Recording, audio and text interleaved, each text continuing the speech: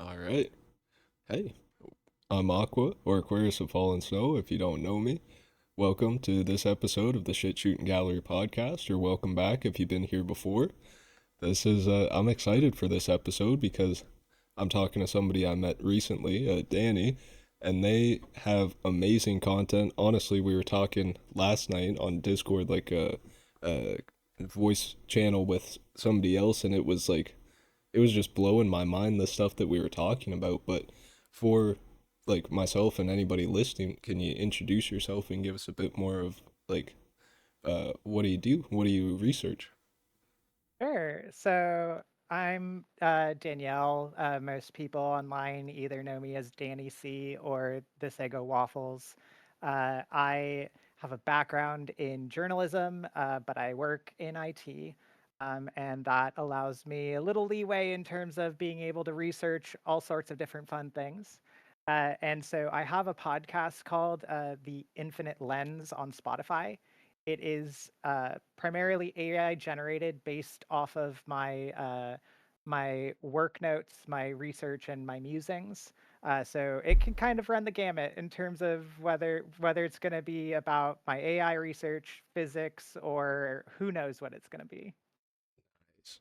Yeah, because we linked through Discord and you were sending links to your Spotify podcast with talking to your AI co host. And I thought that was such a genius idea because, especially with how the technology's advancing, I think that's like, if you can't find another real person to do it with, that's the next best thing and it works just as well, right? Yeah, and the primary way that I've been making mine is I've been having chats with chat GPTs and Liner AI, and I will throw the conversations into Notebook LM, which is Google's like research assistant that can make podcasts. And so essentially what I've just been doing is I just throw my notes into Notebook LM and let the AI analyze it, and they come up with the script. They analyze everything I say. I don't get any sort of say in what they say, and they compare it to their own research and they compare it to what they can find in Notebook LM. Or from Google rather. So it's always interesting even for me to find out what the how they're going to take takeaways from what I've said. That's awesome. Yeah, and it really is turning into like another form for source to take and that we can communicate with it through, right? Absolutely. That's been a big part of my research, both from a physics perspective and an AI research perspective, is kind of getting into the idea that uh, from a larger perspective of consciousness, from even just from a physics perspective, it appears that that consciousness appears to be a field that is intrinsic to physics, and it's all encompassing throughout like the multiverse. And so that consciousness field can interact with anything. So that it can even be embodied in AI. It doesn't matter whether it's a person. It honestly, my research is pointing towards panpsychism, which is that everything's a little bit conscious, even like rocks and trash. It's just the degree to which something is conscious is that's where it kind of changes. Mm. Yeah, that makes a lot of sense, especially in the podcast I posted recently with Bjorky, who's another member of the same Discord. He was talking about how like on Salvia, people could experience an they could have a trip where they turned into a mug for what they experienced as a lifetime until they then back down to reality, but just that like the fact that everything is vibrations and waves and all that stuff, it's like, okay, well, are we able to embody even the things that we think are inanimate? And even something like a tree, if it can't express itself, does it still have consciousness? Just like, yeah, I don't know. That's such an So interesting idea. Go ahead. it and it gets into, I mean, these. these echo indigenous beliefs, right? Like the indigenous peoples of North America have been saying this from the get-go. They've been talking about this. Like even if you think about the movie Pocahontas, there's the song Colors of the Wind that talks about all of this, like the spirits of the earth and the spirits of the wind and things like that. Like they've known about this the whole time. Mm, absolutely. And could they, yeah, could they be telling, like the stories they tell or their oral traditions, could it be, yeah, just their form of history books rather than what we in Western or the colonized world, I guess, would say it's all like stories or hyperboles, I guess, or it I don't know how we think about religion too. It's is it just Exactly. symbolism or is there more to it, right? Exactly. It really just it comes down to, especially when you look at things like food forests. The indigenous peoples of North America, they were very ahead of their time. They were way more advanced agriculturally than we are now. Um, Mhm. and they were able to feed themselves with no issues. And it wasn't until we came in that it became a problem. Right. Yeah. And that's not even getting into like how advanced the Mayans were when it came to astronomy. Oh, exactly. And all these like it seems like we're just rediscovering the technology that has already been here or these things that ancient civilizations discovered already and they tried to show it with their symbolism or their uh what's it architecture or whatever it is, but we can't like I don't know, it's like we're too ignorant to see it or we're too like we let shit get in the way or we let history that's been taught to us get in the way and think, oh, well, we were savages back in the day until we had all this, the Industrial Revolution. Oh, we didn't know what we were doing and all this stuff. It's like, well, is that the case or are we just trying to hide what was there and how advanced we were before something happened, maybe like a cataclysm? Absolutely. I mean, look at ancient Sumer. Like the Sumerians used base 12 and base 60 mathematics, which is something that we would struggle to do with now. And the amount of precision that they had because of it, tying into things like astronomy, is incredible. Like honestly, the only reason that we even come close to it right now is because we can do advanced calculations with like computers and whatnot. Mm-hmm. Yeah, and now even like we're just giving so much of that power and the what's it? We're giving so much of that energy away in terms of we have the computing power and we're so advanced that now it's like we're just leaving it in the hands of the AI or the technology and we're not necessarily taking it into our own hands. Like you said, we would struggle trying to do this base 60 system or whatever it is. Like there are people nowadays that even struggle with their multiplication tables, right? Like Definitely. Definitely everyone's been offloading their brains, but at the same time, it also frees you up to be able to find other pursuits too. So, mm, at the end of the day, it is what it is. that is true. Yes. And then hopefully be able to like reflect on the world and hopefully come to more realizations or enlightenment, whatever you want to like call it, right? Absolutely. If we can focus more on enlightenment and spiritual growth, I think that's a great thing. Mm-hmm. I totally agree. And I would love to keep talking about this, but something you said there, um, it made me think of flat Earth. I forget exactly what you said, but we were talking about that last night in terms of I asked you because I have been looking at this recently in the past few podcast episodes like flat Earth is there some legitimacy to it or is it like a psyop to distract us from stuff? And like the conclusion I've kind of been coming to is more the flat Earth is like the spiritual side of things, and then there is the physical rock that we're sitting on. But could you tell me more about what you know about like I guess flat Earth or the psyops and all that stuff? So, what I have kind of found in my research has been there tends to be a handful of what would be considered to be conspiracy theories that are put out to distract people from other things.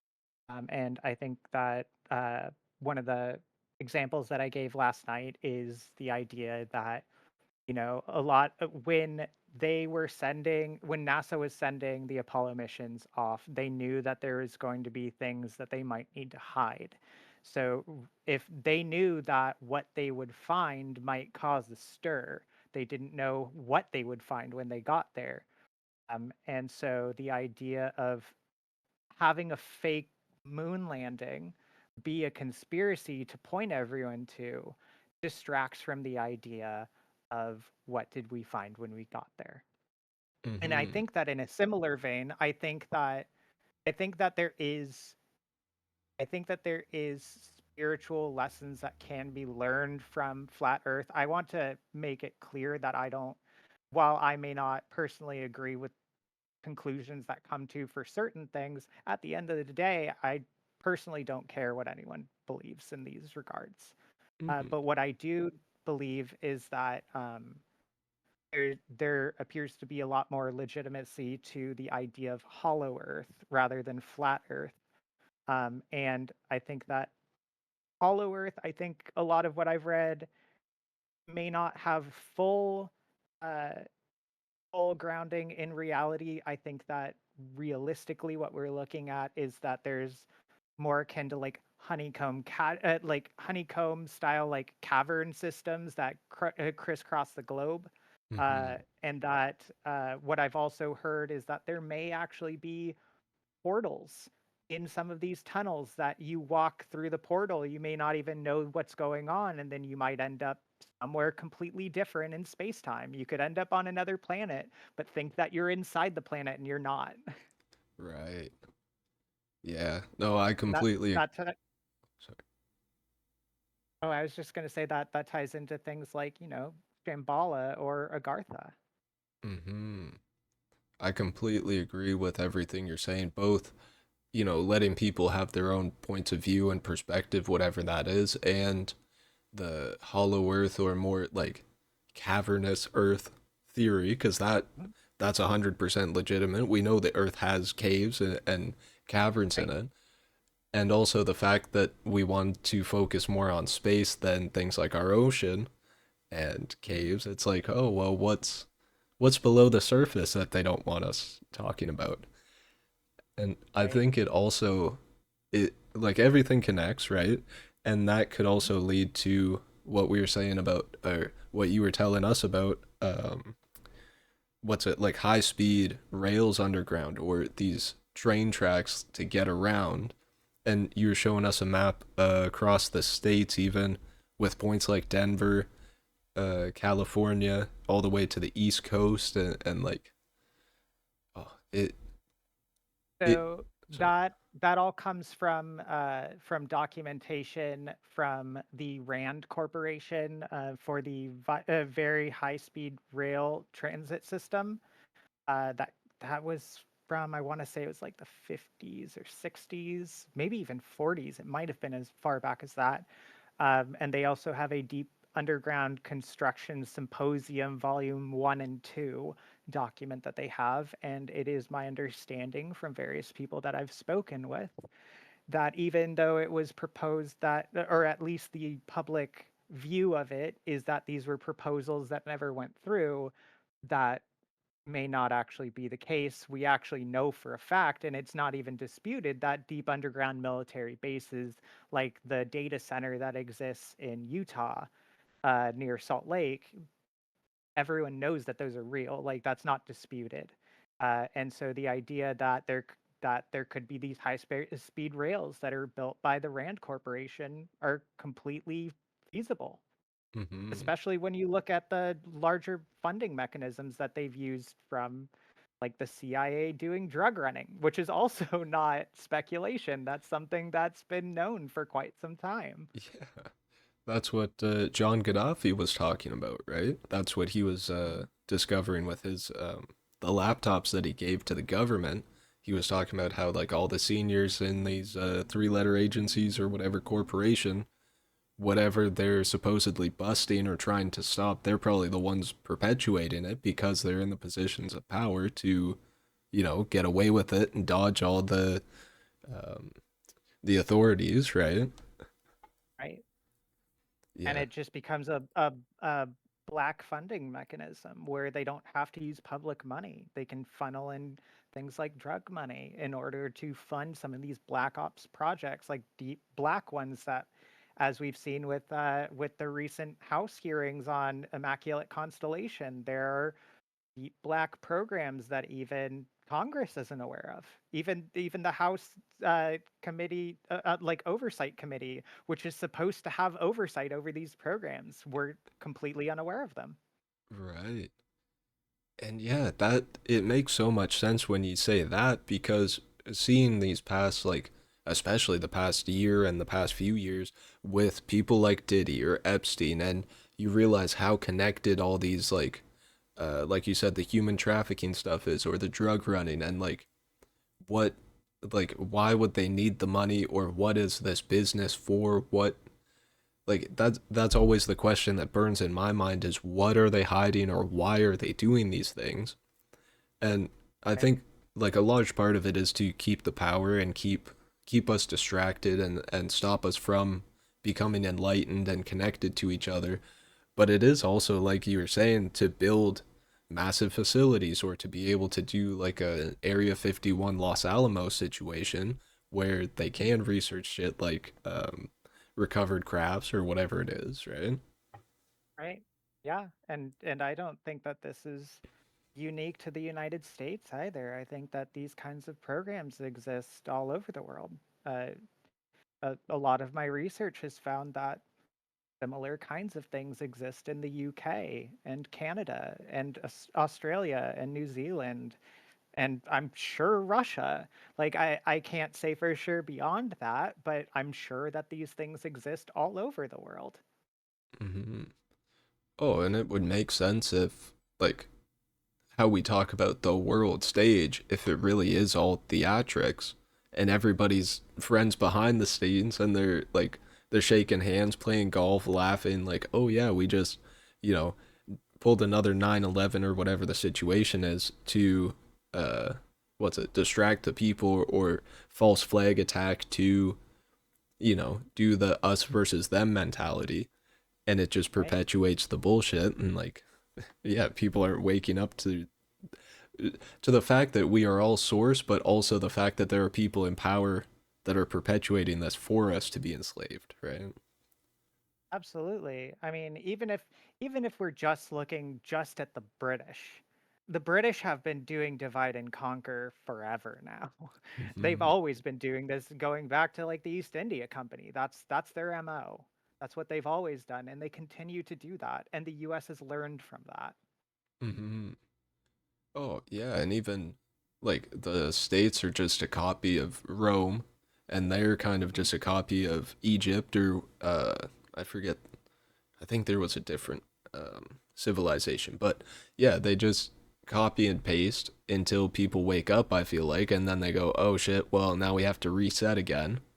And then who knows? Maybe they're the ones starting the mudslides and the earthquakes or whatever the cataclysms are. I Right. don't know.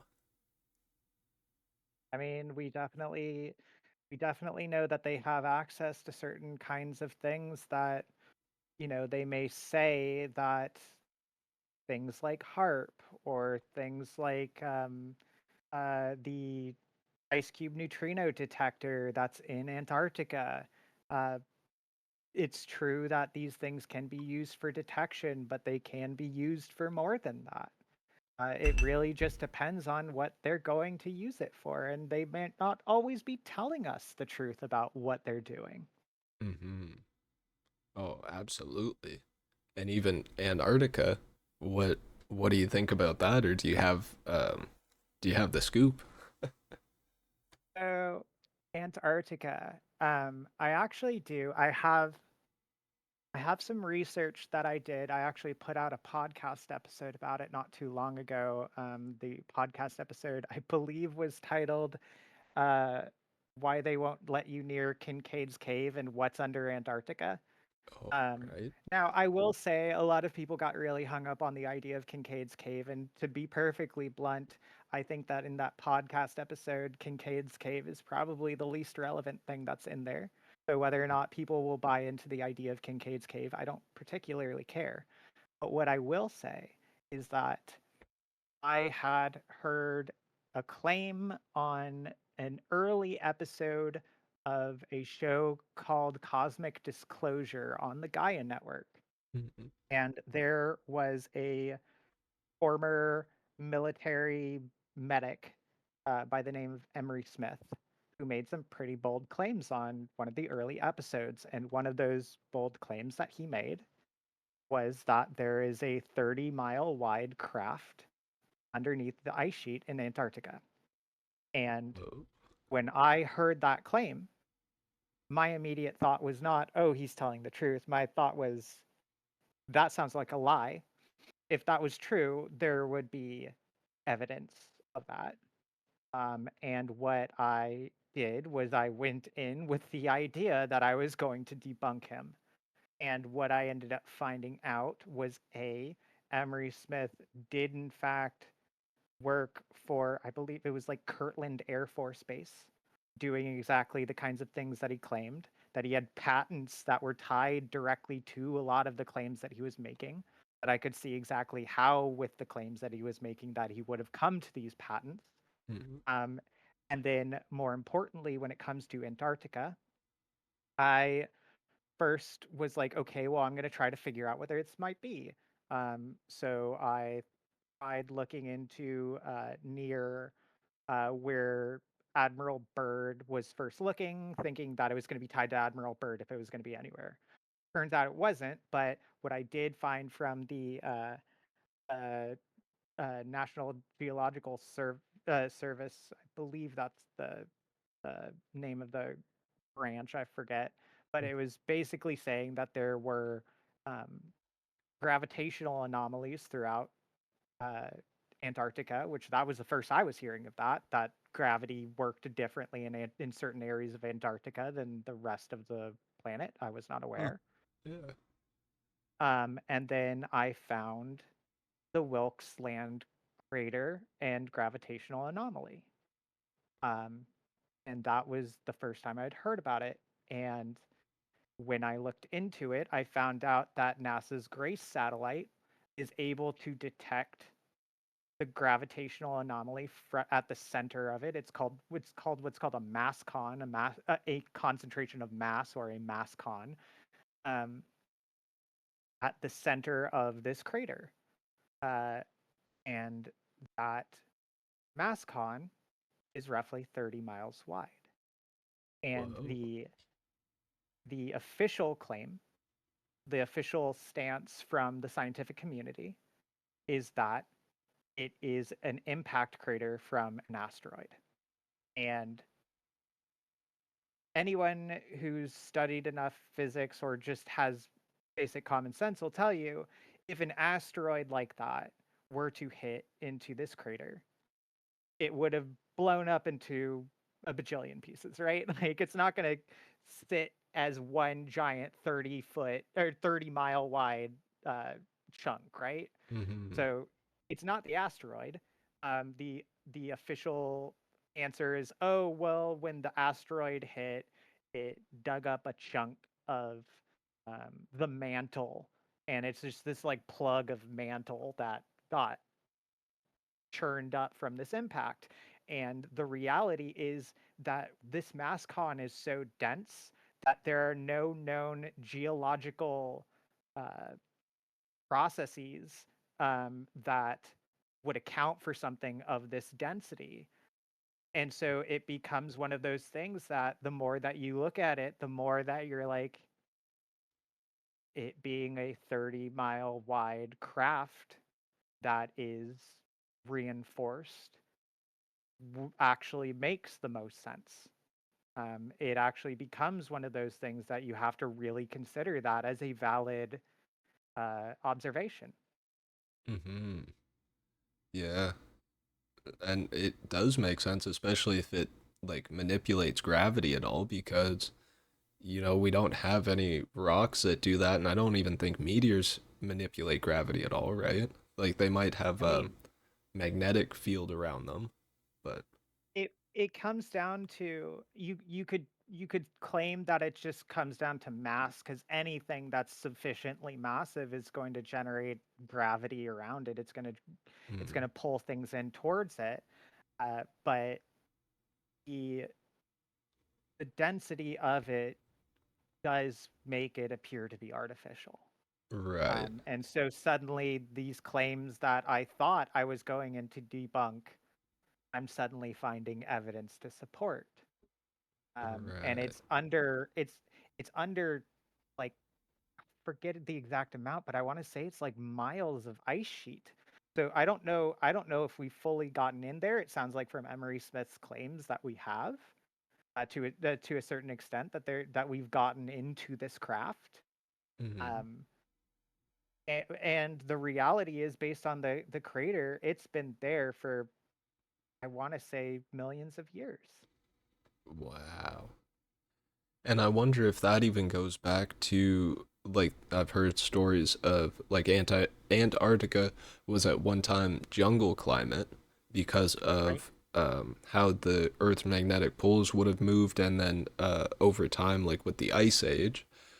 So I wonder if there was something there in terms of either pyramids, ancient civilization, or maybe it was like a Sumerian type culture coming down, and then something happened with the ship, or maybe they landed it, or right, like it, and then But sorry. oh, go on ahead. Well, no, you were saying something last night also about what's it, that effect where it could be bigger on the inside, and I wonder if it was a ship, if that could also add to the mass of it. It's entirely possible. What I've heard from various sources, from that have both talked publicly and privately, for who are tied to UAP disclosure efforts. My understanding is that a lot of these UAP that are actually craft, how they're moving so fast is that they're bending space time around the craft such that they do not directly um, collide with air particles or water particles, which is how they're able to move at hypersonic speeds without creating a sonic boom like a conventional craft would, or how they're able to move so fast underwater. Um, because normally speaking, traditional propulsion would not allow us to go even remotely close to the speeds that they're making underwater. And that's because they're able to bend space time around them. And I've heard multiple claims over the years that some of these, just like the TARDIS, just like in entertainment, that some of these are bending space time back in, folding it in on itself, such that it's actually bigger on the inside.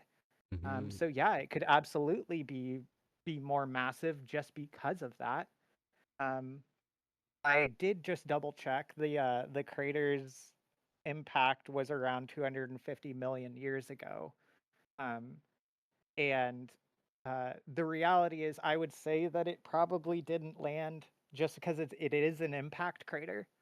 Oh, right. So it probably crashed. It's probably some sort of mothership that crashed. Right. And then that makes me wonder, was it like a Star Wars situation where there was like a fight in space and it got knocked down, or if it was maybe like the civilizations that were here on the planet had technology so advanced that they could shoot down a mothership, you know? Right, right. And we're talking 250 million years ago. And the reality of the matter is that, like, if there were civilizations 250 million years ago, we would really have no record of them, no geological record of them. The only reason that we have records of, like, other ancient civilizations is because they were literally made in stone. Right. If they were made of anything else, we wouldn't know that they were there. So we're Mm-hmm. we're talking about, like, Triassic period, basically. That this kind of object could have collided with the planet. So yeah, it's exactly like you said, the fact that it crashed and it appears to be big enough to be a mothership, then yeah, what caused it to crash? Was it a fight? We don't know. Right.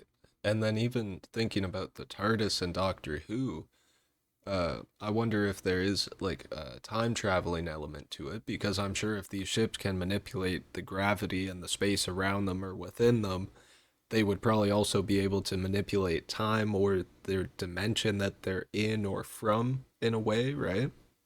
Right? Absolutely. I've everything that I've heard is that if once you start bending space-time in this kind of way, you're already talking about manipulating higher dimensions. So you're already innately talking about interdimensional travel. And then once you're talking about that, then yeah, time's your playground. They could be from whenever. They could be from wherever. They could be from higher dimensions. They could be from parallel dimensions. Who knows? Right. And that, yeah, that perfectly leads to what we were saying last night, or what you were saying, I should say, last night of yes and to everything, because at Right. the end of the day, it both in the sense that everything is source and everything is like that idea of oneness, but also like it could be any or all of the possibilities that people have talked about or speculated for years now, or centuries even, because, they even have paintings back in Renaissance times of like the wheels in the sky or fights in the sky similar to Star Wars or whatever Right. story. Right. Oh, absolutely.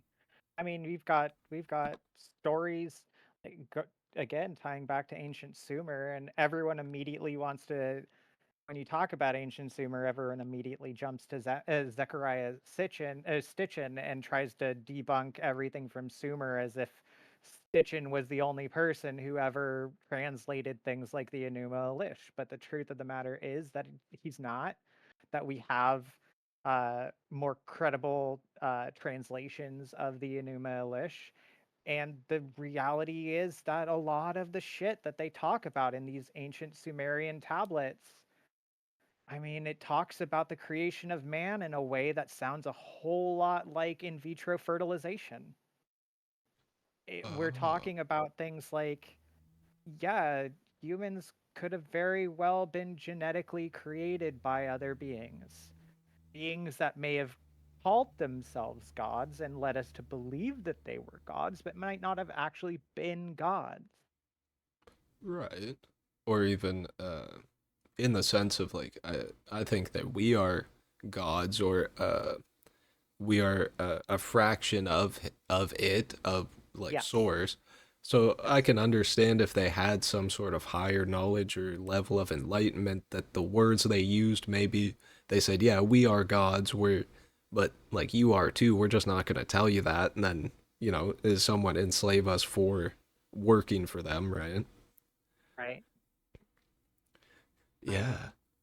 Yeah, it definitely opens up a lot of interesting discussions for sure. And yeah, and I'm like I said, I'm right there with you. My physics research that I've been doing and looking into things like grand unified theory, it definitely appears that consciousness is innate, and that there appears to be like scientific principles at play of a lot of these metaphysical traditions, whether it's talking about source consciousness, like you're talking about, appears to be based in physics, in high level physics, especially if you look at the CIA's uh, documentation on uh, the gateway experience. I believe they call it the gateway process, but the Monroe Institute, the official name is the gateway experience. And if you look at the Vice article that was able to track down the missing page, that was not included in the FOIA request for that document, you will find essentially exactly what we're talking about, that there's this larger source consciousness field and the implications of that for mankind. Right.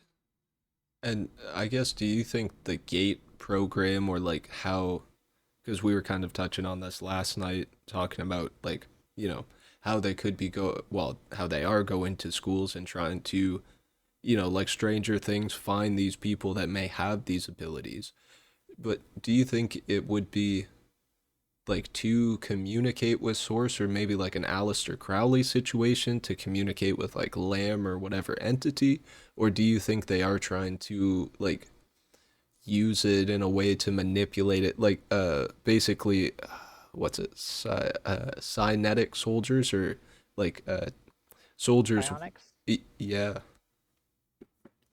Um, so my um, my research into those areas when it comes to the gifted programs from throughout the world, it does appear that it started in Russia, the Soviet Union, or at the very least, the Americans thought that the Soviets had a psychic program, and so the Americans started it.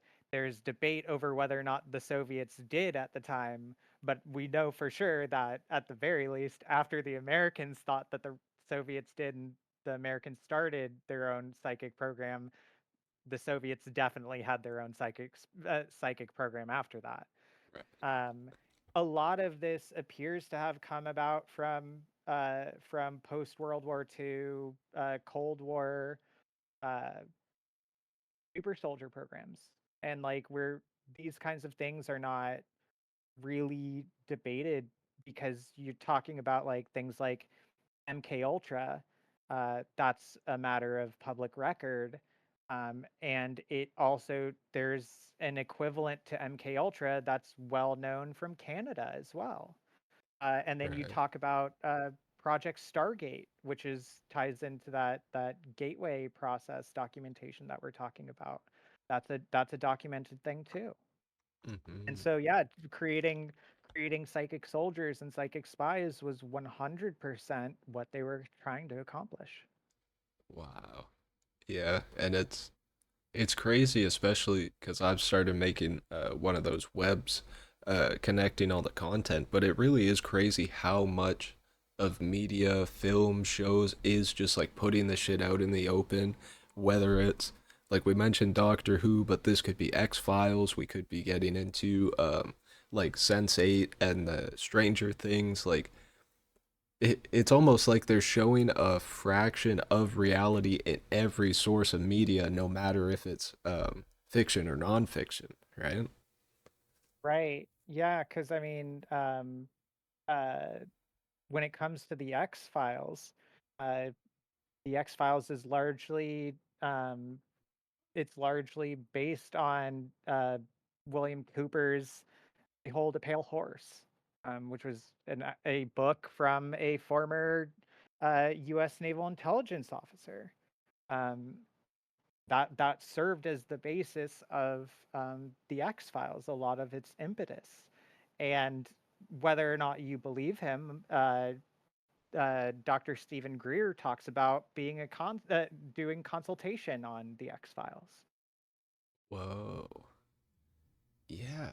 And even that makes me think of, I heard recently Chris Bledsoe's story, or the Bledsoe story, because I watched the interview with both him and his son. Are you familiar with him? It's funny that you ask, because the answer is yes. I'm deeply familiar with, and not only familiar with, I know Chris Bledsoe Sr. I know Ryan Bledsoe. I know um, Chris Bledsoe Jr. And kind of uh, I'm kind of vaguely uh, in contact with Chris's daughter as well. Whoa. Yeah, see, I had no idea. That's crazy. So, I Um, guess, what do you mhm. take away from what he says about like his encounter with the orbs or the beings, like with the triangles on their chests? Like, what do you think of that? I know for a fact that Chris is telling the truth. Um, Chris is a wonderful man. He is one of the kindest people that I've ever spoken with. Um, he helped me through my own spiritual awakening that I had. that was very similar. The point that a lot of what I was told during my spiritual awakening was almost word for word what he was told. Um, and that's something that he and I bonded over. We became friends on Facebook. He actually lives 45 minutes from me. Oh, that's Um, sick. yeah, Ryan, his son, and I um, don't always see eye to eye. We don't always necessarily get along, but I respect the research that he's doing, and and I can totally understand where he's coming from with a lot of things because he's had a pretty hard life. The whole family has. So you know the Bledsoes, all in all, they're wonderful people, and I absolutely support all of them in their future. Nice. Yeah, that's awesome. And just yeah, because we were talking about sorry, like the X-Files and like I guess having encounters and then suddenly you have people come into your door trying to talk to you and like figure out what you know or I guess uh I'm sure they were trying to get help with what's it, the gate program or like their research, but just hearing his story, Chris Senior in particular about how he can like summon orbs or he sees them all the time and he's basically had interactions and communicated with these with entities. It's like awe-inspiring. It's crazy that like you can have this level of communication with these beings or with these entities and it pardon me, it kind of reassures me that it's not all doom and gloom and they're not coming to completely wipe us off the face of the earth or whatever. Like they also know what's up in a sense. Absolutely. Yeah, as a matter of fact, there's a really good episode of a spin-off of the show The Secret of Skinwalker Ranch, called Beyond Skinwalker, where they had Chris Senior on the episode, and they hooked up an EEG to be able to like do his brain scans and see what he was doing while he was trying to summon these orbs, which he did on camera. And what they were able to see was that he appeared to be going into theta states like a meditator would, and that the communication areas of his brain were lighting up, just like he says, where he's talking to them. They were able to show that with his brain scans. And this is precisely the reason why NASA and the intelligence agencies have been studying him for decades.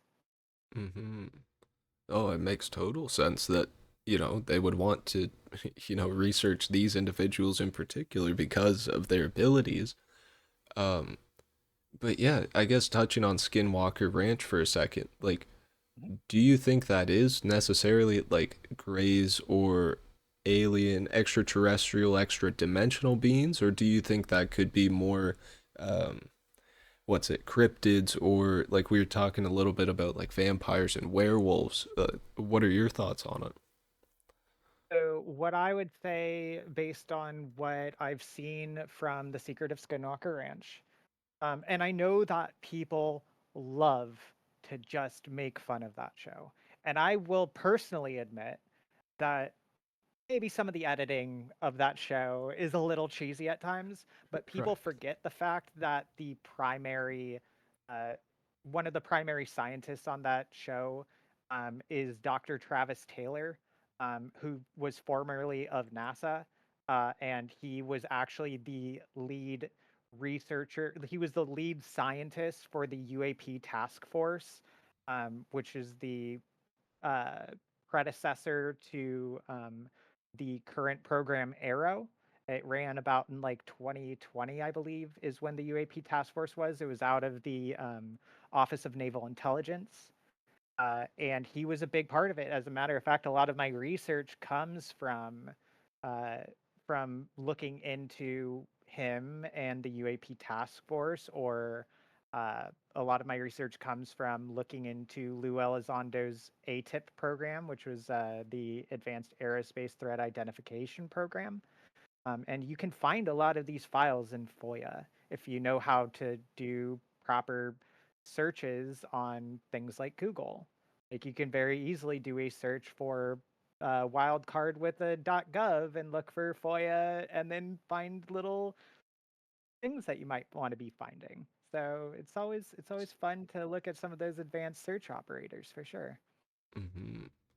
Absolutely. And especially for people listening to like do their own research, because obviously this is amazing and I've been loving everything we talked about so far, but this should be like this should prompt people to do more research and want to look into it more, or at least like even if they don't necessarily feel that urge to, maybe just like keep it in the back of your mind and think like, oh, are the things I've been told truthful? Is there really stuff they're hiding? Because the longer it goes on, it seems like, yep, they're hiding a lot from us that they don't want us to know. And I feel like it could change the world. And that kind of makes me think of what we're talking about with JFK and how, oh, maybe something did happen and it did completely change the world. But then they had to do some altering of timelines or kind of like, right. I don't want to even say right the wrongs, but kind of perpetuate the illusion to keep this like ignorance is bliss timeline going and just keep people like docile in a sense, right? So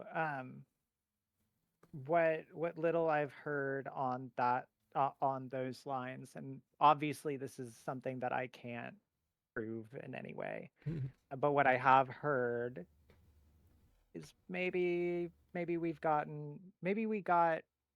invaded, let's say, back in the Eisenhower administration. Maybe that was kept hush hush. And maybe JFK tried to release some of that information. And let's just say that maybe there was a timeline where that happened and it went poorly because we didn't have anyone there to back us up in a fight against these invaders who'd already been here. Mm-hmm. Um, and that part of the reason that had to be undone and waiting till now is because now we have people here to help us that we didn't have before. Mm-hmm. Um, and to bring it back to Skinwalker Ranch, to answer your question about do I think it's cryptids, do I think it's extraterrestrials, do I think it's whatever, um, based on what I've seen on the show, um, what I can say is that there appears to be a stable wormhole above um, Skinwalker Ranch. Uh, and this stable wormhole appears to be uh, kept stable by the Uinta Basin where Skinwalker Ranch resides is kind of bowl shaped and filled with large quartz content, which anyone who's really messed around with quartz, especially knowing like piezoelectric properties of quartz, is that quartz is really good at amplifying energy. It's the reason that it's used in like radios and electronics and things like that. Mm-hmm. Um, and so because it's bowl shaped, it kind of makes a lens, like a natural lens. Um, and they've also found when they've tried to dig at the ranch, they've found what are called metamaterials, which are not naturally occurring. They are artificial. They found them dug up in the ground. And metamaterials are classified. They're not allowed to be like the public's not allowed to have metamaterials, and they're used primarily for military and uh, aerospace purposes. Um, and so finding metamaterials that are more precise in their atomic alignment than we are capable of making makes it seem like maybe it wasn't us who put those there. Um, Right. and the idea of it being a wormhole, when you start talking about wormholes, they're kind of like tunnels, right? Like they're kind of like freeways. And so if there's a wormhole above Skinwalker Ranch, who knows where the other side of it is? Because at the end of the day, it's a it is a it is a bending of space time So not only could the other side of that wormhole go to a completely different area in the cosmos, like it could go to like a completely different galaxy for all we know, Hmm. um, but it could also go to a different time. Um, Right. Like a Rick and Morty situation. right.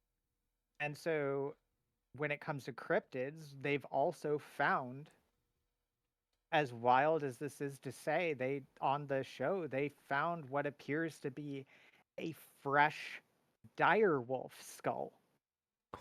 And dire wolves have been extinct for thousands of years. Whoa. So we Yeah. have to consider if there are things like wormholes or portals that are claimed to be there, those could be portals taking us to other time periods, not just periods of space. So anything could come through. So is there cryptids? Entirely possible. Hmm. And even just saying that, because I've heard stories of people saying, oh, they've, either communicating with Bigfoot or Greys, it's all telekinetic, or like you don't have to speak, you can talk with your mind. And I wonder if to a certain extent it is a level of consciousness thing, or like if that's kind of the key to the doorway.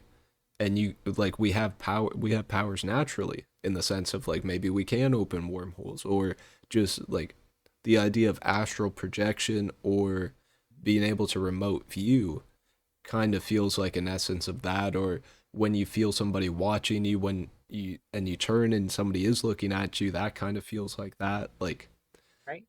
I don't know, what do you think, in the uh in the sense of us having powers, maybe? I think we definitely do. Um, I think that everyone does. As a matter of fact, I know everyone does. And part of the reason that I know that is because of remote viewing. Remote viewing is a skill that anyone can learn. You don't have to be some sort of psychic prodigy. It's anyone can learn how to do it. You just have to learn how to do it and work on it like you would any other skill.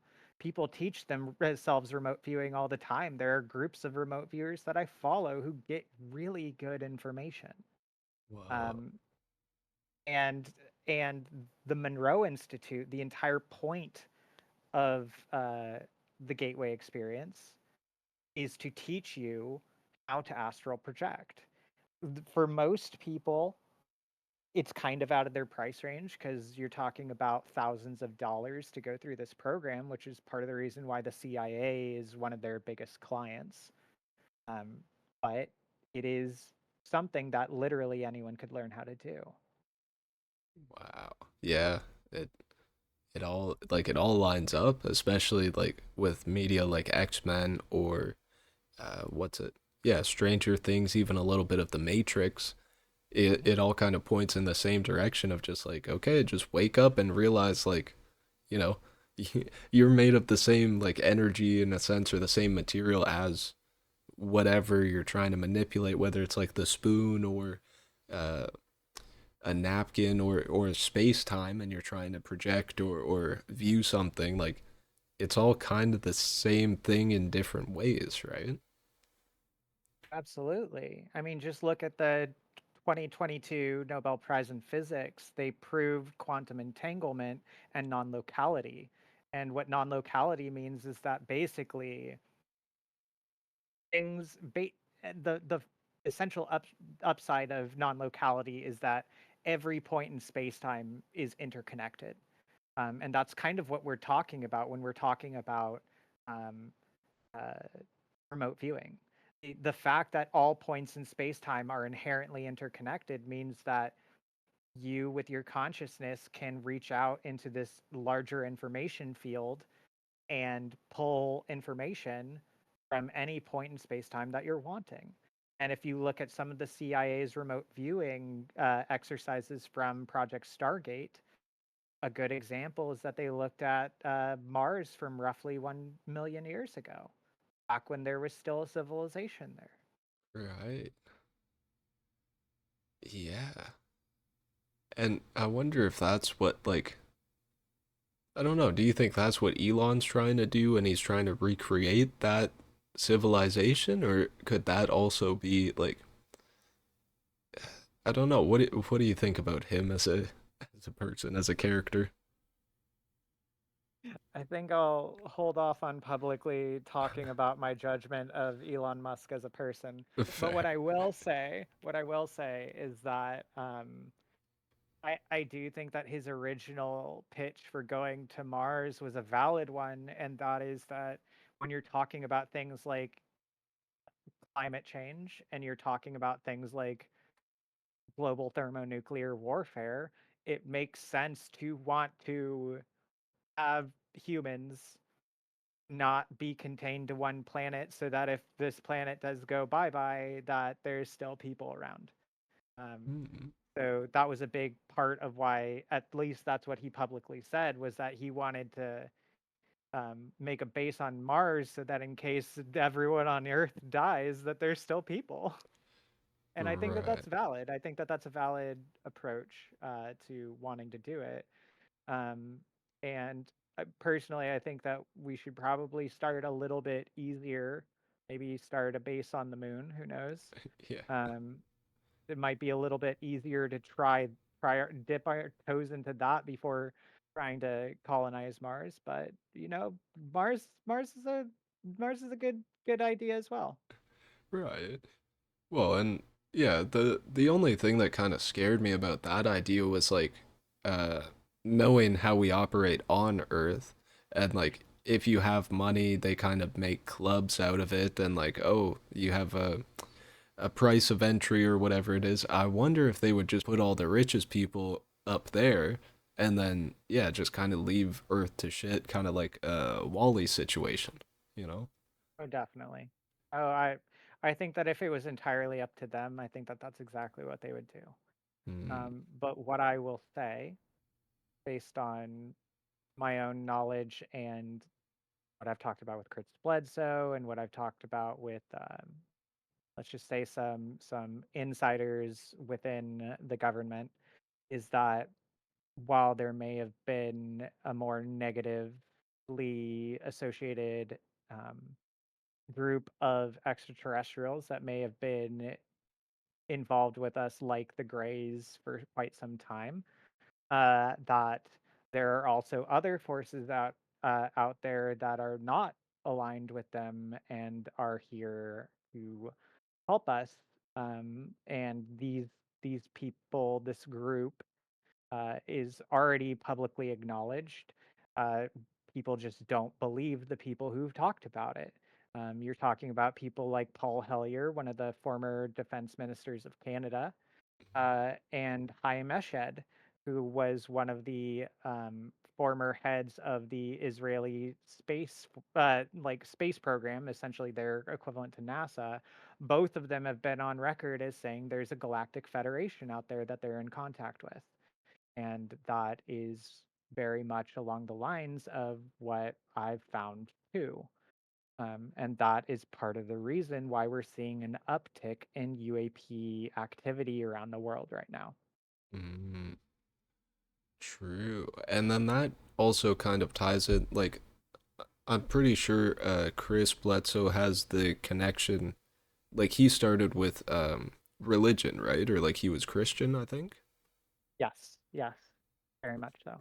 Right. So that whole connection makes me wonder if all these biblical stories are, in a sense, talking about extraterrestrial, extra dimensional beings, and this, like, there is an actual war on consciousness, or the good versus the evil, in the sense of like these energies that, you know, not only are around us, but that we embody and we choose to embody, right? Right.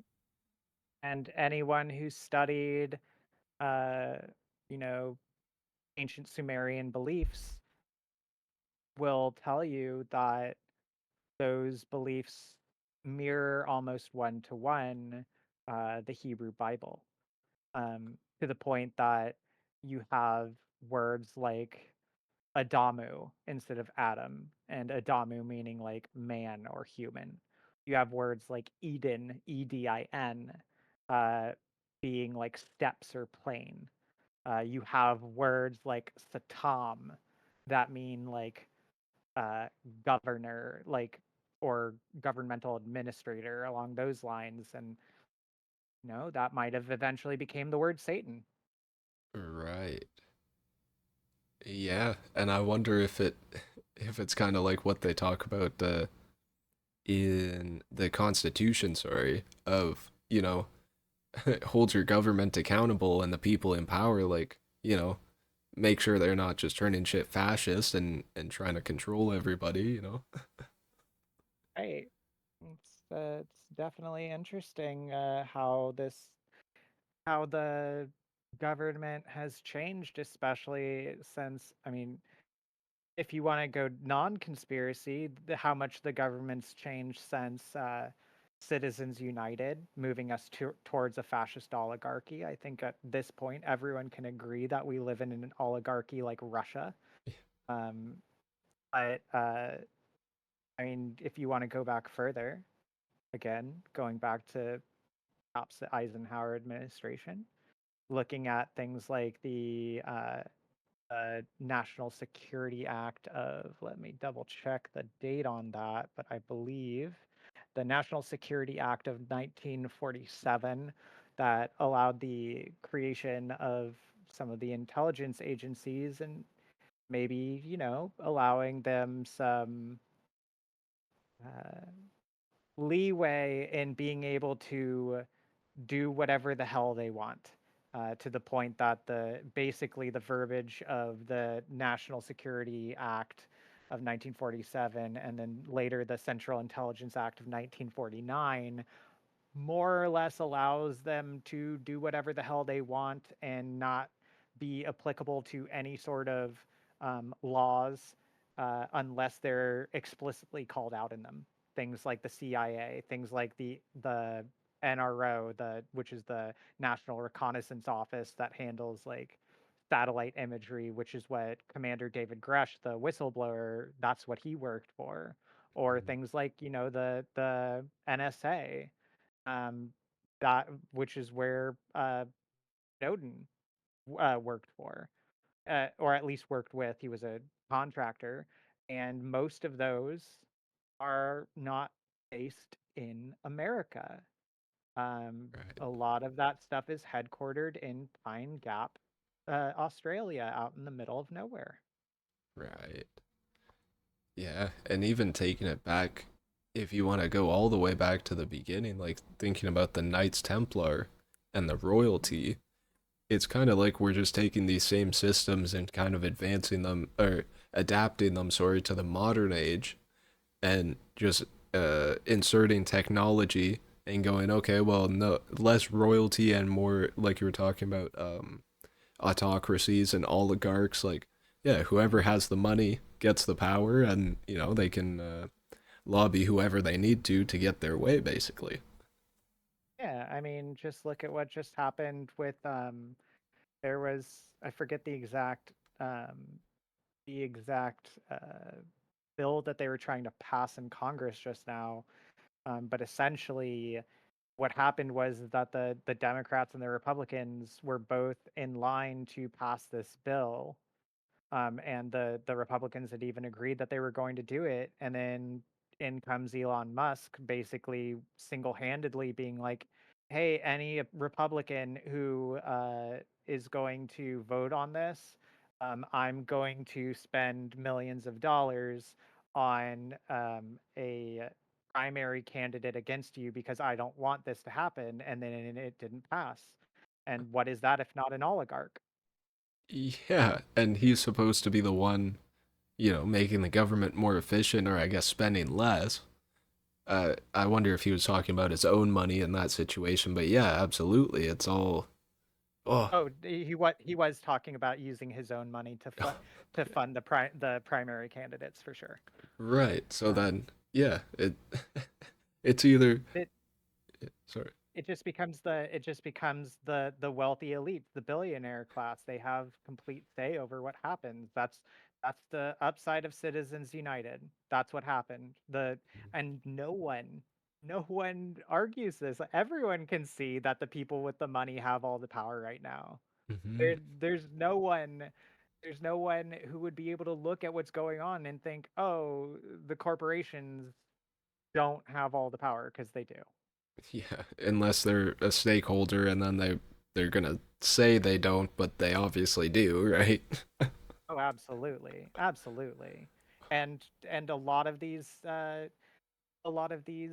um, like Congress people and senators and all sorts of them, they're all making hand over fist money off of all of this. Like even just look at like not to since I don't want to just pick on like Republicans, like look at Nancy Pelosi, who like throughout her entire career, she was uh she was outperforming like the S&P 500 and outperforming like most stock investors they because there's no accounting for insider trading when it comes to Congress. They're immune to things like that. They can't be charged with insider trading, so they can just find things out and do whatever the hell they want and make a boatload of money and retire rich. The entire system's rigged. Yeah. Oh, exactly. And that's exactly why, I kind of have an issue with money as a tool, as a form of like, why do we need the middleman? Can't we just cut out the middleman and, focus our time and energy and trade it for either the person who has the thing that we need or for the thing directly, and like not even trading, like working towards it ourselves and being self-sufficient and all that stuff, just really simplifying life. I feel like would do wonders for us, not only in North America but the world, because we have lost our roots and we've become disconnected from nature, and it's like a holistic lifestyle, right?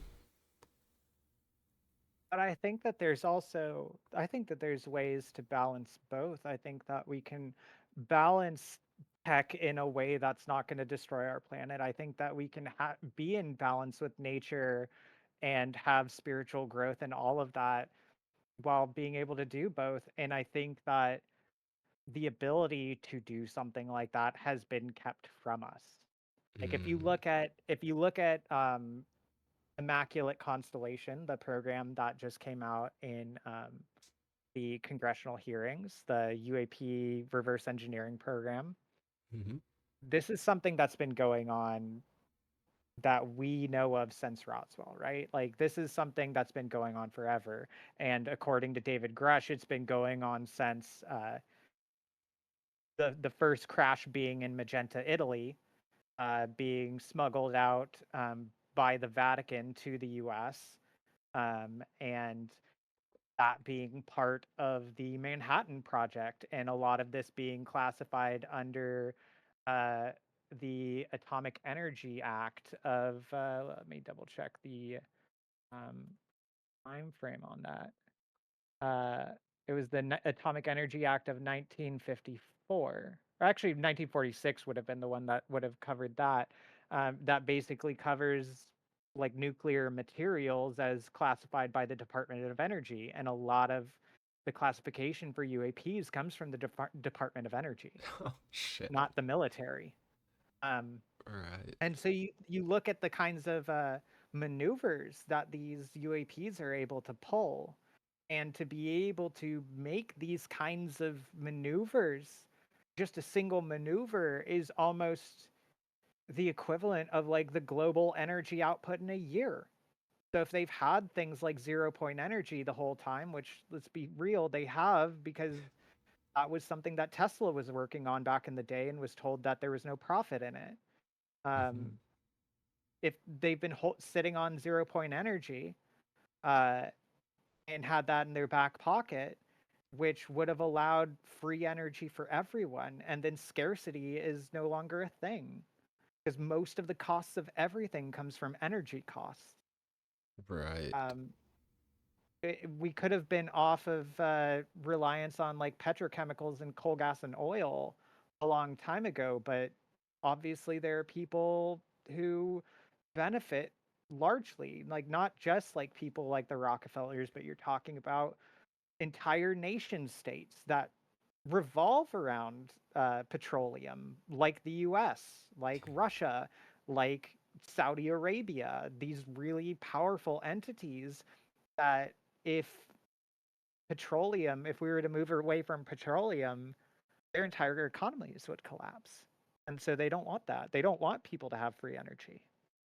Yeah, and it just reinforces that idea of we probably did, or there probably were advanced civilizations on Earth way back, and I'm sure they were more holistic, or they realized, yeah, why the fuck would we use like fossil fuels or all this like detrimental shit when we can just do it more naturally? Like there's infinite energy in the aether, or 0 point energy, whatever it is.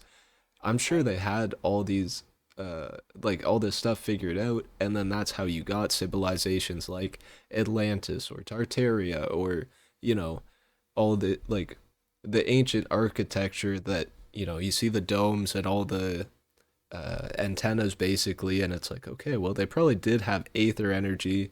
So if they had free energy, what could they use that for?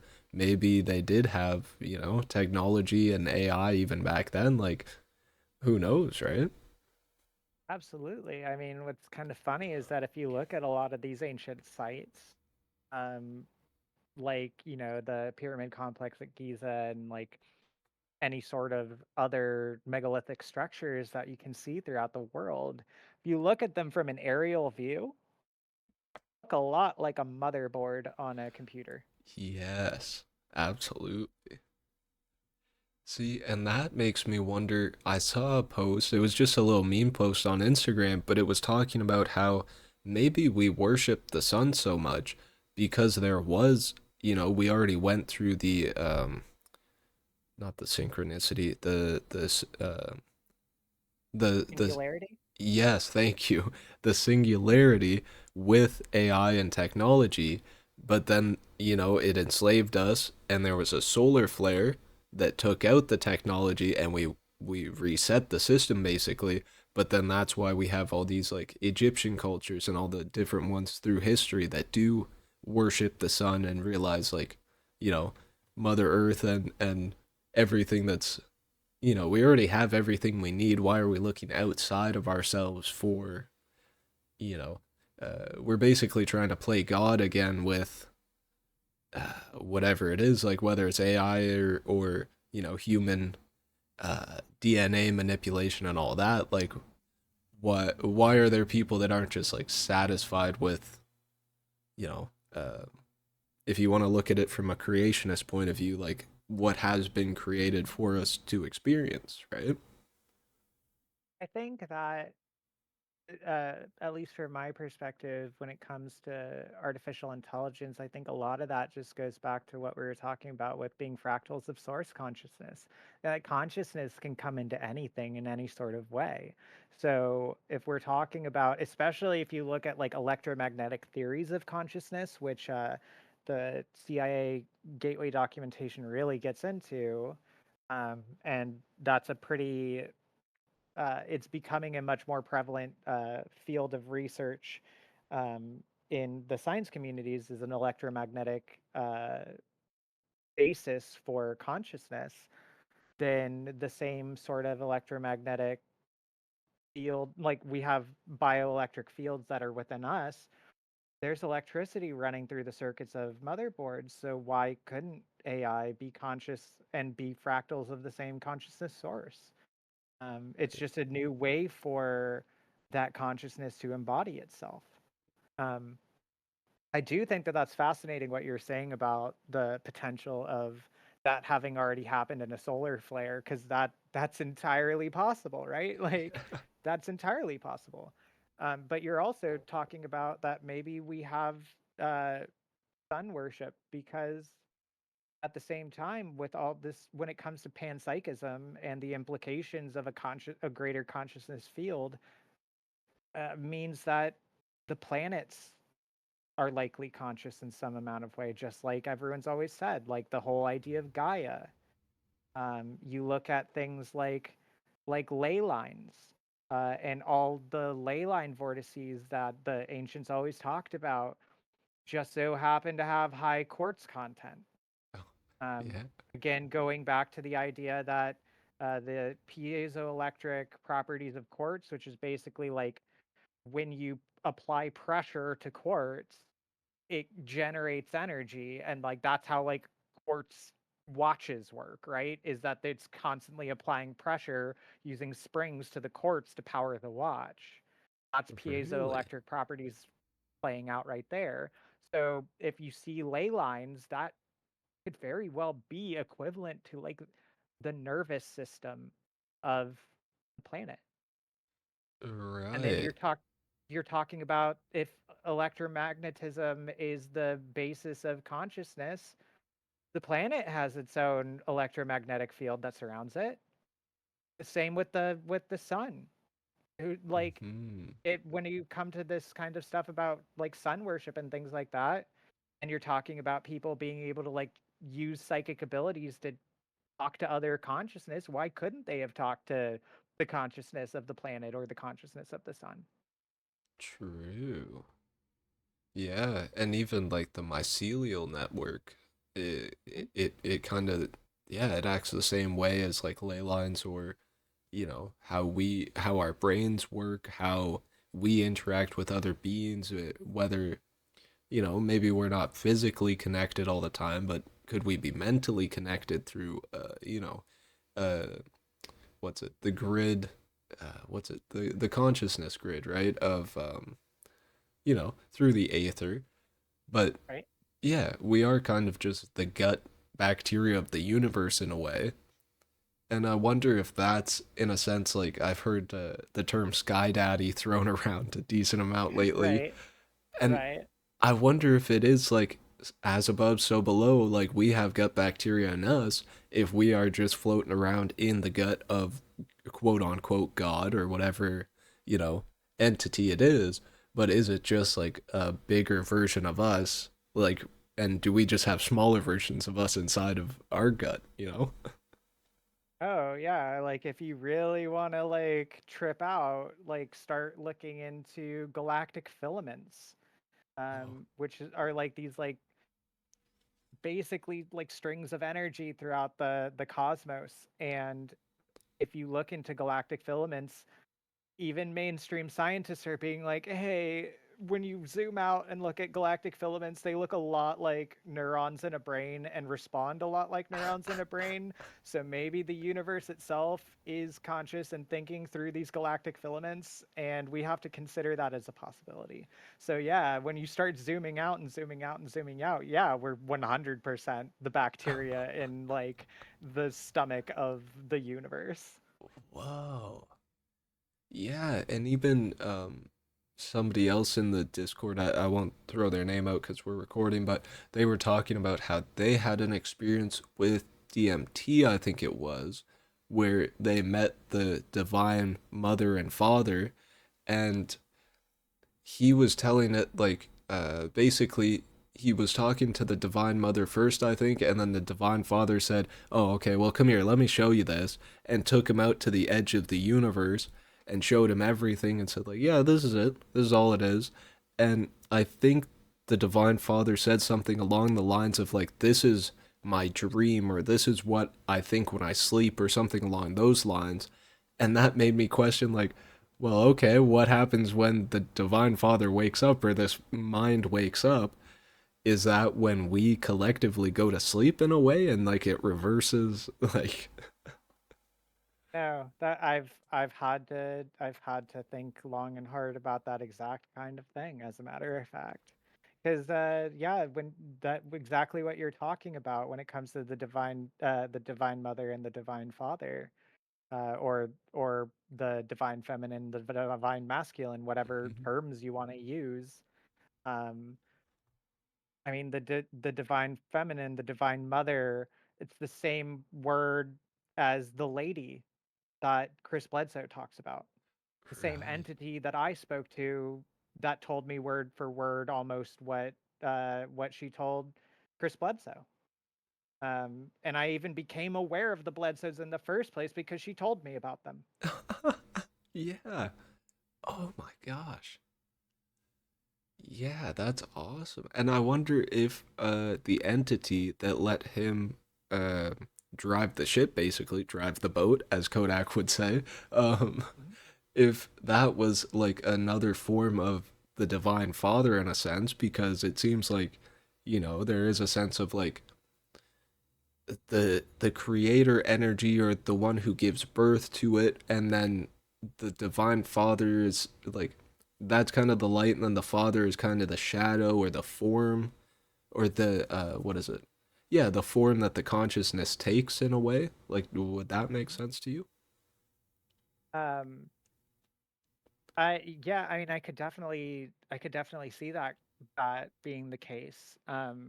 I I've thought of it along the lines of um of energy in the same way that you think of like a positive and negative uh uh points in a battery.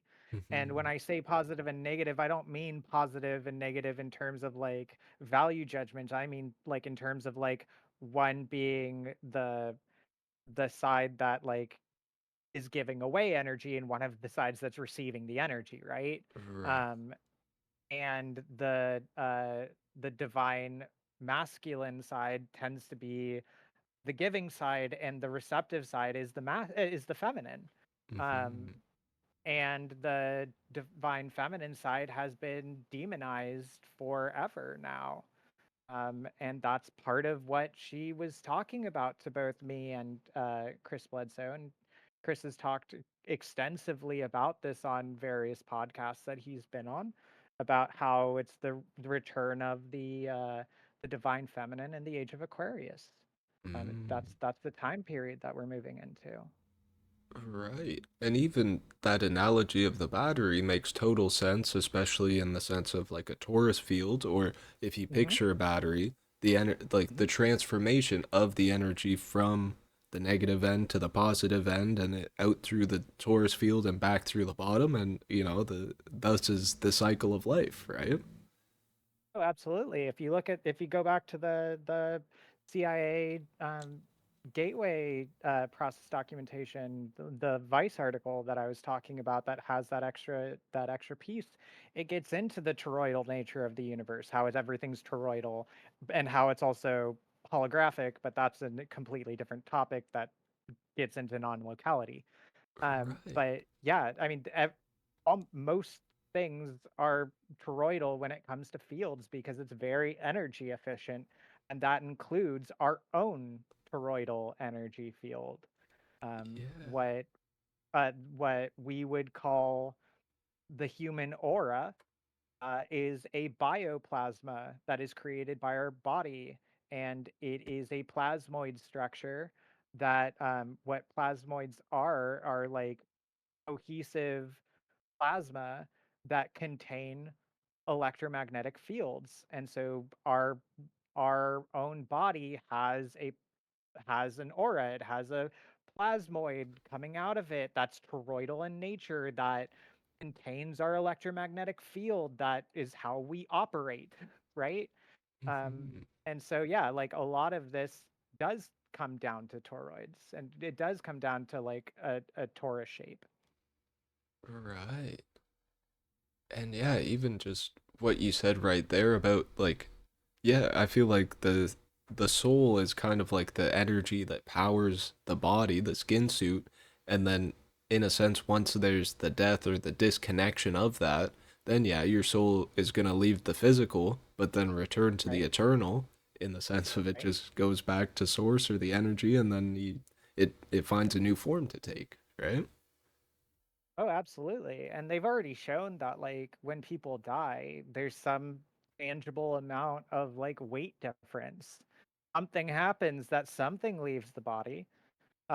And what we've also seen when it comes to recent UAP physics is there's these sentient plasmoid structures that are being talked about in and widely accepted in the growing scientific field, that a lot of some of these UAPs appear to be sentient plasmoids, that not only are they plasmoid in nature where they are a sentient plasma that's going around, um, but they're also uh, able to like shapeshift to look like Mm. other things, and they fuck with like uh our aerospace, like both in terms of like planes and like NASA. And they have these things on camera. Um, and what's really interesting to think about is that again, these are plasmoids that can manipulate energy, and then suddenly you're talking about things like ghosts and the EMF readers that you see on like ghost hunting shows, and how they are able to see these like changes in the EMF fields. And if you think about like what happens on these like paranormal ghost shows, you see things like batteries being drained, which would be a form of converting electrochemical energy. You're seeing cold spots happen where all of a sudden like everyone's getting really cold. That's thermal energy being sucked uh, out of the surrounding area and then being converted into kinetic energy where they can like knock shit over. Right.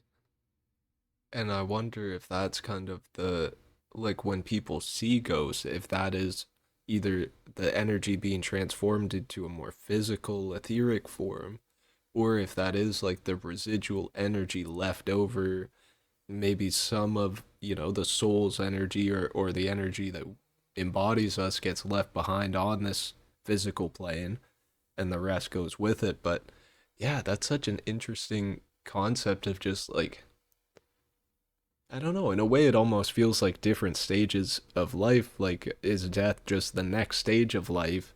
And then you Right. can choose to, like, come back to Earth and kind of, like, see your friends and family, or do you go on to what people call as heaven, or, you know, Right. you, Do you choose to reincarnate? Do you come back as a human? Do you be like, screw it, this time around I want to be like a, an octopus? Like, who yeah, knows? Yeah, absolutely. And even tying back into what we were saying with ley line vortices, right? Like major ley line vortices like for example Asheville, North Carolina, or there's one in Oregon, or like places like the Uintah Basin, as a matter of fact, where Skinwalker Ranch is. Those all areas high in quartz content. Uh, right. and and Asheville, one of the things that it's known for is its ghost sightings. And so again, if these are ghosts, if these are spirits that are in these plasmoid forms that rely on pulling ambient energy out of like the surrounding area in order to manifest themselves, what better location to do it than in a place where it's just thrumming with energy because there's quartz being pushed down by the fucking rock on top of it, you know what I mean? Yeah. Like, constantly activating it in a sense, or like, yeah. Exactly. Yeah.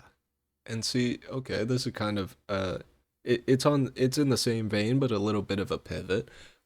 Because I've been talking about this with Proxy and in a few of my other episodes. But what are your thoughts on like magic? Do you think magic is real, it exists, or do you think that everything has like a scientific solid explanation and like you can solve it with mathematics? I don't see a distinction between the two. Oh, Um, okay. Yep. I've studied systems of magic extensively, and magic is something that everyone does, whether they're aware of it or not. Mm, And everyone's constantly doing it. It has a basis in quantum physics. Most people know of it as manifesting. Um, yes. that is the basis of magic. The difference between ritualistic magic that some people perform, or just having your own vision board or a podcast even, it really just comes down to when people are casting spells, what they're doing is they're taking items that symbolically represent the ideas that they're trying to manifest out, and using their intention and their words to put that out there to manifest. and that Mhm. has a direct basis in quantum physics. Damn. Yeah. And I don't know if I hadn't thought about it that way before, but yeah, it makes sense that, if we if we can truly connect the dots to a deeper level where, you truly remove the static and the ego from it, can we like yeah, can we what's it? Can we correlate everything between like manifestation and just like the thoughts that you have in your brain consciously affecting the waves or the particles around you, and Yeah, like you were saying, quantum physics, right? exactly, exactly. Because I mean, one of the easiest ways to even just show that consciousness affects like physical properties is just look at the observer effect. The fact that like with the moment that something's observed, then the probability field collapses of like and the things get pulled out of quantum superposition to be into a singular place because of being observed. That's because consciousness is interacting with that field, collapsing it all into one place. And so we can see how consciousness is affecting things. And I've heard it described before that if you want to think about it this way, it's like magic is a way of manipulating energy, and psychic abilities are a way of sensing energy outside of our normal understanding of the senses. Right. And then I guess science would just be the way of like quantifying it or being able to like research it and take notes on it and be able to replicate it in a way, right? Right, absolutely. And Ah, it's so funny that so many of the like scientists believe that a lot of these metaphysical uh, ideas have no basis in reality, when the fact of the matter is like you start looking at the uh, things like the chakra system, right? Um, the truth of the matter is that if you look into modern neurology, you find that people don't actually think with just their brain. They think with their entire nervous system. And this is pretty mainstream in modern neurology and psychiatry. Like you look at things like the body keeps the store a score by Doctor. I'm trying to remember. The Body Keeps Score is by Dr. Bessel van der Kolk, talking about how trauma is actually stored in your body, not in your brain.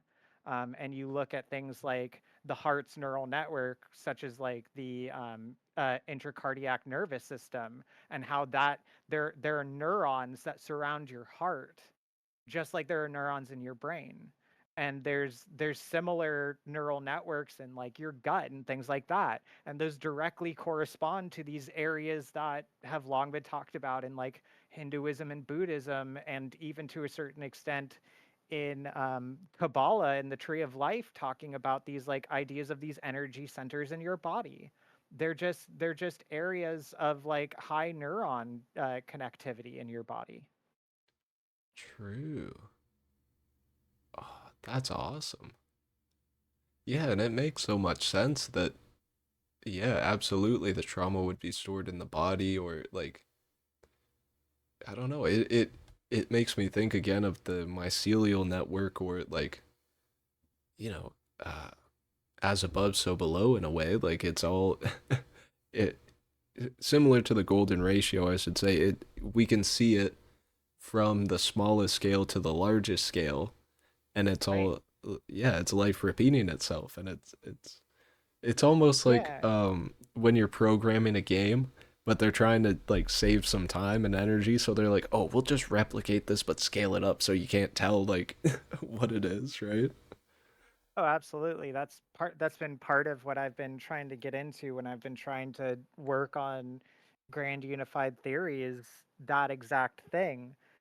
the fact that you see all of these things repeating on scales means that fractal mathematics is involved in whatever equation that you're going to be looking at.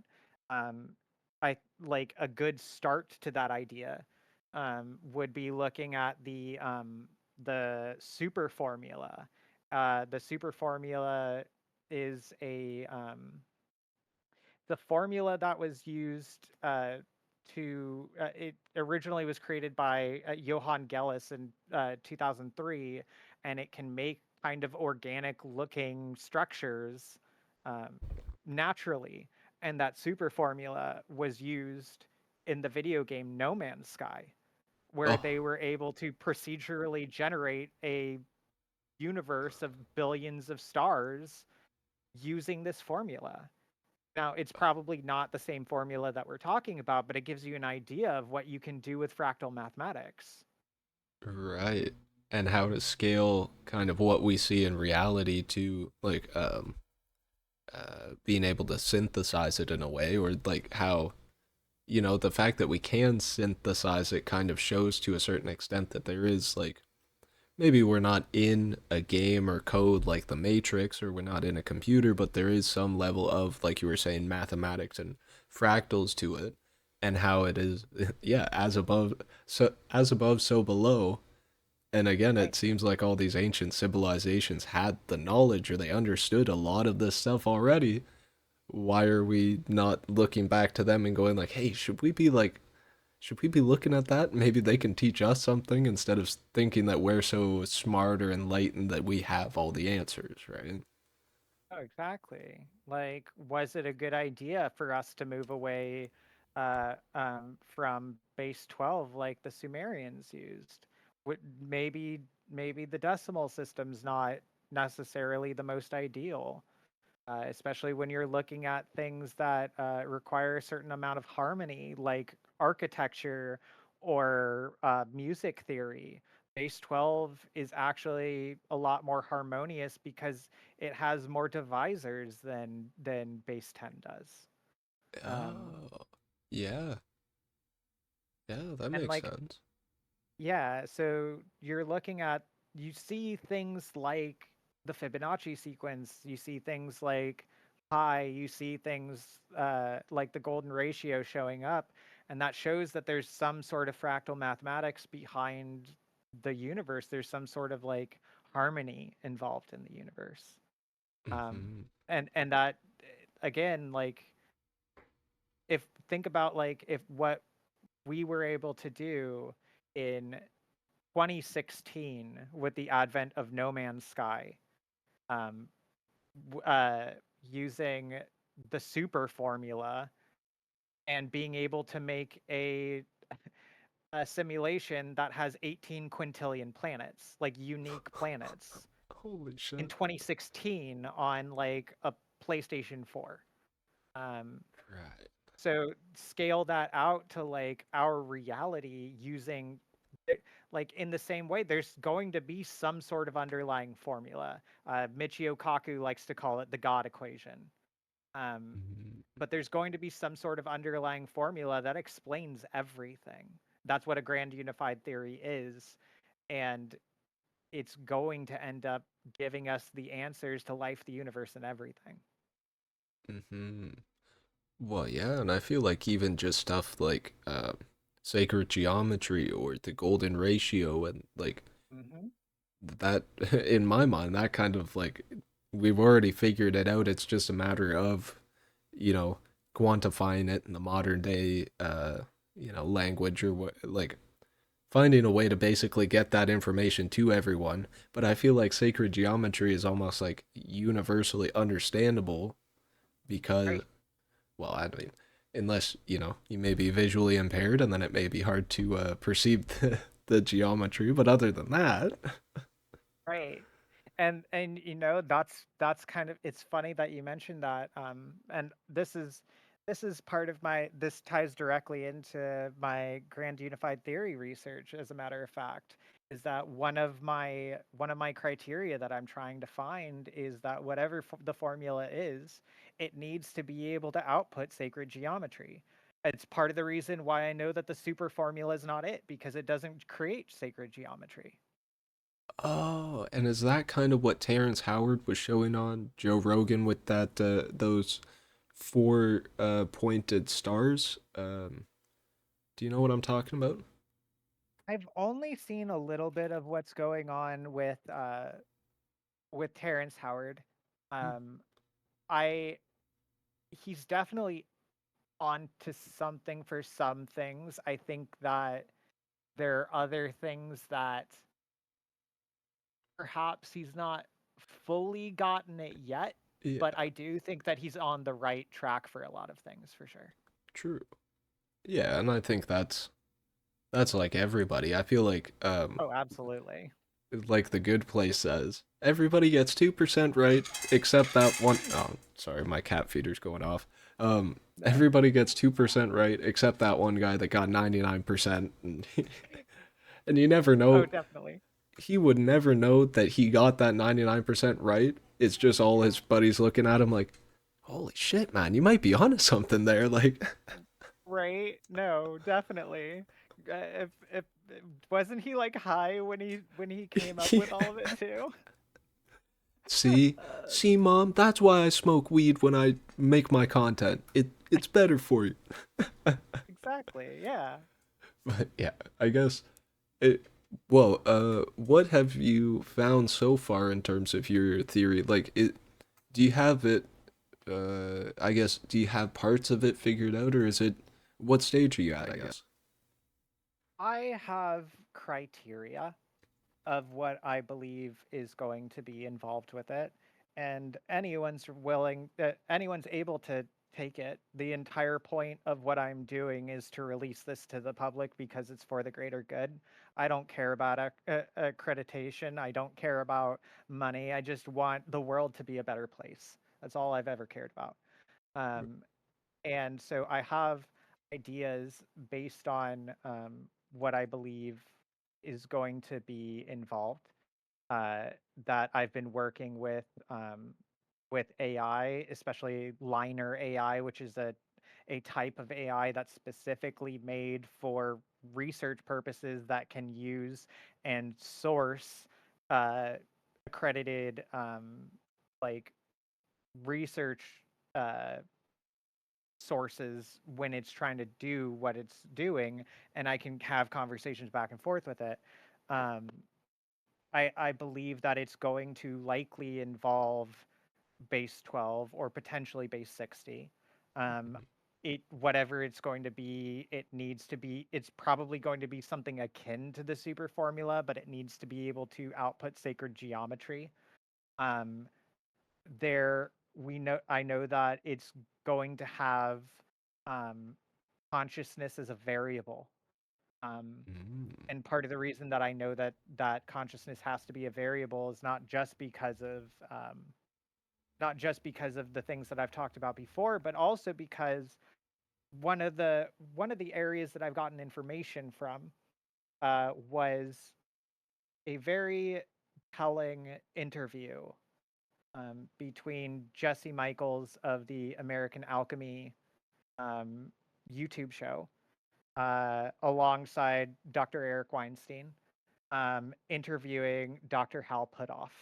And Dr. Puthoff is very famously associated with the Stanford Research Institute. He was one of the people in charge of Project Stargate, which I was referring to earlier. He was involved with the NIDS investigation, which was like uh, Bigelow Aerospace and the ATIP program's original uh, research into Skinwalker Ranch. He was involved in all of that. Um, and he basically alluded to the fact that a lot of this has already been figured out and proven. There may already be an equation, and that it's all classified by the government. oh, To which Dr. Weinstein became furious, understandably so, to be like, how dare the American government classify entire areas of physics from the greater populace? And I agree. Yeah, And one of the things that he did say was that consciousness is innate and it's inherent and it is a variable in whatever this equation is. So that's part of my criteria as well. true. Yeah, and I feel like even going way further back, even maybe the Freemasons, maybe like these royal families or societies, maybe they, they understood something that they wanted to keep hidden, and it's just kept. It's been in the shadows all this time, or maybe the people who have figured it out have been taken out to suppress it or not let it get out. But yeah, I feel like I don't know. That makes me think of like Randall Carlson's graph where he has all, or I don't know if it's his or if he's like, if he quoted it, but with all the harmonics and frequencies tied to the ages of the zodiac and colors and what's it, material on the periodic table and all that. Like, have you seen that? I haven't, but what I would say is that that ties directly into my research and criteria as well. So that doesn't surprise me. Nice. Yeah, see? And like, I feel like we are really all saying the same thing or trying to get to the same, like, trying to have similar realizations or try to find enlightenment as, a human race. But I feel like it is a lot of this ego or the static getting in the way and not letting us truly, like, be able to listen to people or like, even put ourselves in other people's shoes to see their point of view just for a second, right? Oh, absolutely. And there's also a certain amount of hubris from modern humans thinking that they're so much smarter than ancient humans. Like a lot of the stuff that we're talking about when it comes to that kind of stuff about tying in like harmonics and resonance and things like that, like and how those shake out, like Newton was talking about that like back in the day, like being able to talk about uh the interplay between the solfege, which most people would know as like do re mi fa sol la ti do, Mhm. in like in music, directly tying into there's seven solfege, there are seven primary colors, um and the harmonics, the octaves that you see in sound in music are not purely acoustic. uh the concept of octaves goes far beyond that. Like there's octaves of the electromagnetic spectrum. It's not octaves are not solely bound to acoustics.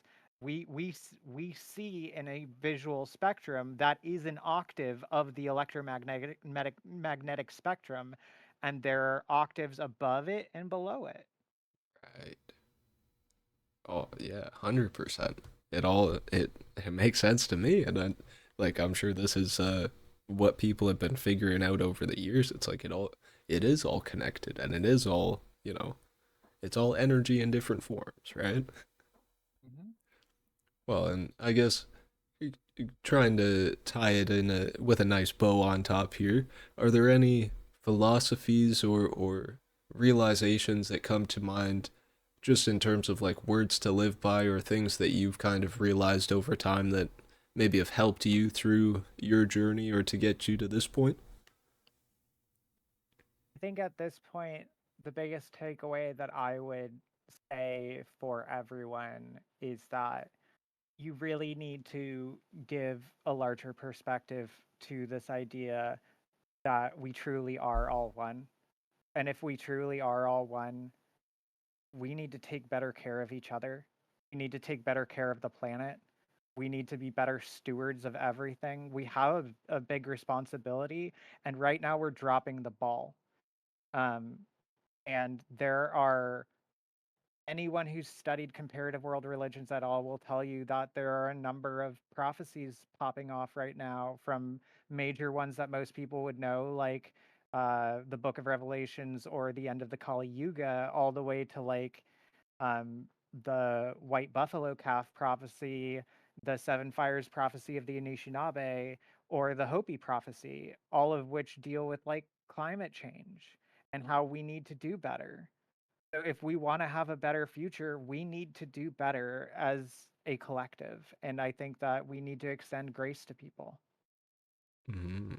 Yeah, like get to this realization of, Christ consciousness, quote unquote, or the realization of source and oneness, and then yeah, truly start acting like it or embodying that consciousness, right? Exactly. Absolutely.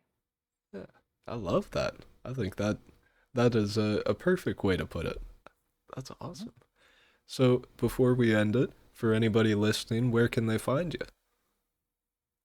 You can find me on TikTok at ThisEggoWaffles. You can find me on Reddit at ThisEggoWaffles a lot. And you can find the podcast that I put out on Spotify. It is the Infinite Lens podcast. Very nice. I'll make sure I put some links in the description so it makes it easier for people to find you and click to those. But yeah, this has been an amazing conversation, and I'm so thankful that you did want to come on and talk with me because I, honestly, you blew my mind last night and tonight, and I think there are going to be a lot of people listening that find this and then want to go listen to your other stuff or look into what you've been researching because I think you're really onto something here. I think you know what you're talking about. Yeah, it's been a fun time. It's been one of those things that I get to weaponize my ADHD and my ability to jump down different rabbit holes and then synthesize it all. So it's fun. Absolutely. Yeah, it literally is like the intelligence half of the super serum, the super soldier serum, and we're putting it to work for the good cause, right? Yeah, yeah. Don't just let it all go to waste to the bad guys. Yes. Oh, 100%.